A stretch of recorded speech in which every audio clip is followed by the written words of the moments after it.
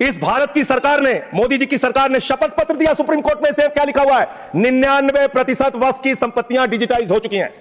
मुख्तार अब्बास नकवी साहब आपके मंत्री थे, उनका बयान है 100% वक्फ की संपत्तियां डिजिटाइज हो चुकी हैं।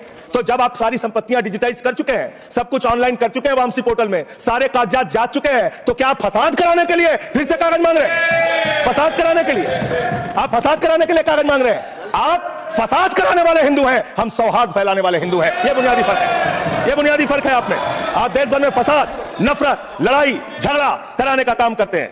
मान्यवर, मैं अंत में आप लोगों से सिर्फ एक ही बात कहना चाहता हूं कि आज सच्चर कमेटी की रिपोर्ट की बात कही गई और कहा गया 12,000 करोड़ की आमदनी हो सकती थी। एक सुझाव मैं पूरे सदन की तरफ से इस सरकार को देना चाहता हूं।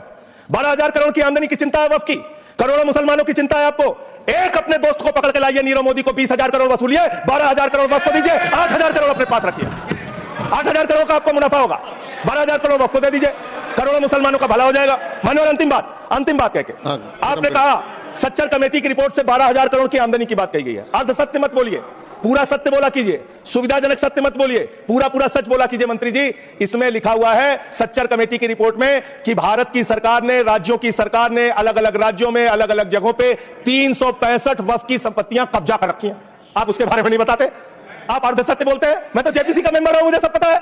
तो इसलिए मान्यवर, मैं आप फैला रहे हैं झूठ, ट्रिब्यूनल के फैसले, बस खत्म सर, खत्म।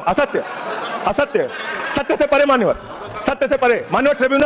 ट्रिब्यूनल के लिए आप कह रहे हैं उसको अपील नहीं की जा सकती। हाईकोर्ट का फैसला ट्रिब्यूनल के फैसले के खिलाफ आया है, सुप्रीम कोर्ट का फैसला ट्रिब्यूनल के फैसले के खिलाफ आया है। आपने कहा 5 साल का प्रैक्टिसिंग मुस्लिम होना चाहिए। कैसे प्रैक्टिसिंग मुस्लिम तय करेंगे सर? आप क्या मुसलमानों के घर में सीसीटीवी का कैमरा लगाएंगे? कौन नमाज पढ़ रहा है, कौन नमाज नहीं पढ़ रहा है, कौन मुसलमान है, कौन मुसलमान नहीं है? आपने मान्यवर ऐसे प्रावधान इसमें रखे हैं जो बड़े अजीब है, जो अपने आप में ये बताते हैं कि आपकी मंशा सिर्फ देश में झगड़ा कराने की है, नफरत फैलाने की है, फसाद कराने की है। आपकी मंशा कहीं भी मुसलमानों का या किसी वर्ग का भला करने की नहीं है। बस एक अंतिम बात कहकर अपनी बात समाप्त करूंगा। ये काम आपने देश के अंदर बहुत अच्छा शुरू कर दिया।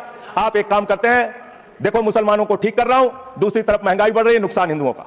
94 लाख करोड़ रुपए शेयर बाजार में डूब रहा है, नुकसान हिंदुओं का। 11 लाख बच्चे स्कूलों से बाहर निकल गए, नुकसान हिंदुओं का। तो मुसलमानों को ठीक करने के नाम पर आप नुकसान देश के करोड़ों हिंदुओं का भी कर रहे हैं। इसलिए ये सब बातें करके देश में आप नफरत फैला के ये सब झगड़े फसाद के काम मत कीजिए। और अंत में आपसे एक ही बात कहना चाहता हूं, अभी भी वो मौका है, इस बिल को जो गैर संवैधानिक है, जो बाबा साहब के संविधान के खिलाफ है, इसको वापस लीजिए। धन्यवाद।